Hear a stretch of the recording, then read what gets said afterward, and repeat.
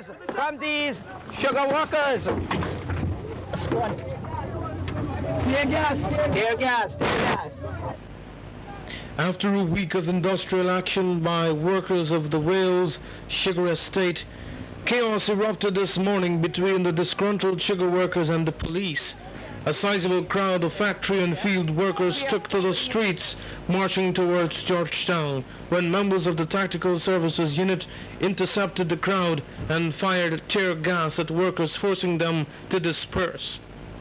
At the center of the confusion was Sian Sharma, leader of the Justice for All party, who responded to a call by workers that they were marching from the Wales sugar estate. The police acted with force since no permission was given for the march. Mr. Sharma and one of his employees were harassed and accused of being involved in what the police called an illegal procession. The leader of the Justice for All party was the first media personality at the scene, and I sought a brief comment of what went on early this morning. Well, I received some report from the sugar workers at Wales Estate. They had some protest and strike. So I came down around 8 o'clock this morning, and I was talking to them, and the police was trying to harass me, said I started off this protest. I said, no, I'm here as a reporter, I'm covering this event. Matter of fact, some of the police officers tried to pull me off my vehicle and harass me and say I'm blocking the road. And there was hundreds of people blocking the road. I wasn't blocking the road, I was covering the event. Eventually, about an hour ago, we see the TSU police come and started fire tear gas in all of my vehicle and shooting tear gas at the sugar workers. And I think this is really injustice done to the sugar workers. Seconds after this interview, the police, forming a human chain and armed to the teeth, advanced towards the workers, and Mr. Sharma was arrested. Okay. Well, Mr. Sharma is under arrest here now for illegal possession. What?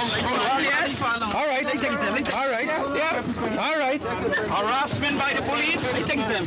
The guy with this, the guy with this, the guy with this. Watch it, watch it, come on, watch it.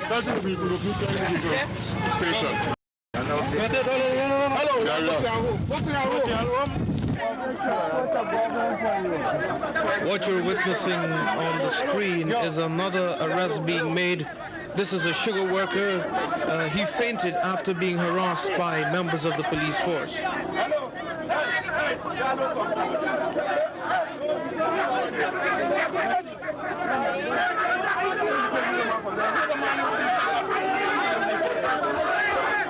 On Monday, the 6th of October, sugar workers at Wales down tools, calling for the removal of a new chute installed to feed bagasse into a boiler of the factory.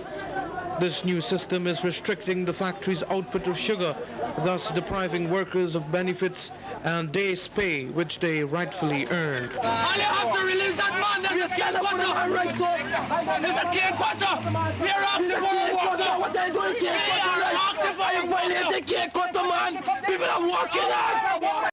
Are you shoot me and kill them? Please now. We pay tax in country. We pay every week.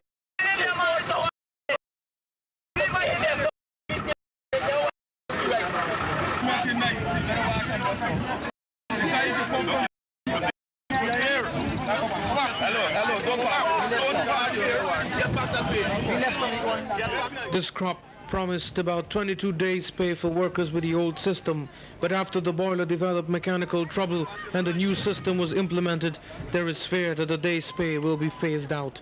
It has been 9 weeks and only 2 days' pay were earned so far, when it should have been almost 10. After continued plea for the estate's management to meet with the workers and the obvious refusal, the employees took their own action to have the problems resolved.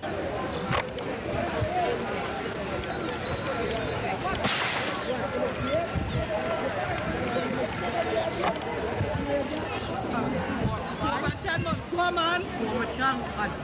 Advantage.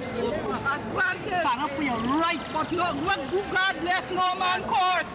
Now the workers are making a number of demands which the union is unable at this moment to meet. Management has not come and said anything to the workers, so they've decided today to take strike action and march towards Georgetown.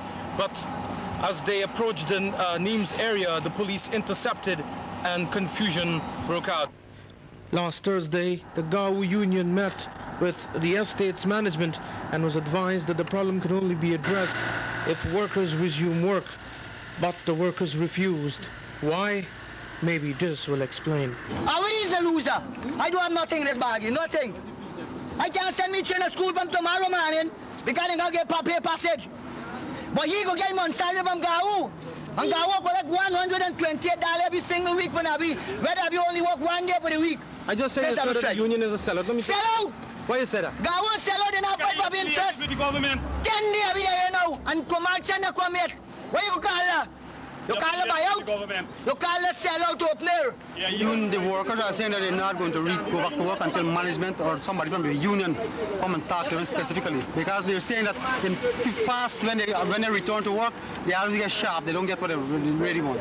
So they're saying they're not prepared to go to work until somebody talk to them. Meanwhile, Gao in a press statement said that since the strike started, the union at the central level has been unable to get Gaisuku to meet and discuss the grievance, unless, as Gaisuku asserted, that the workers return to work so that discussions between the union and the corporation can take place free from duress. The statement added that the union has been working towards a resumption of work, but it seems that there are elements working to keep the strike alive and agitate the workers to engage in extra industrial action. Today's events involving the police left some 13 workers in custody and many angry at their actions.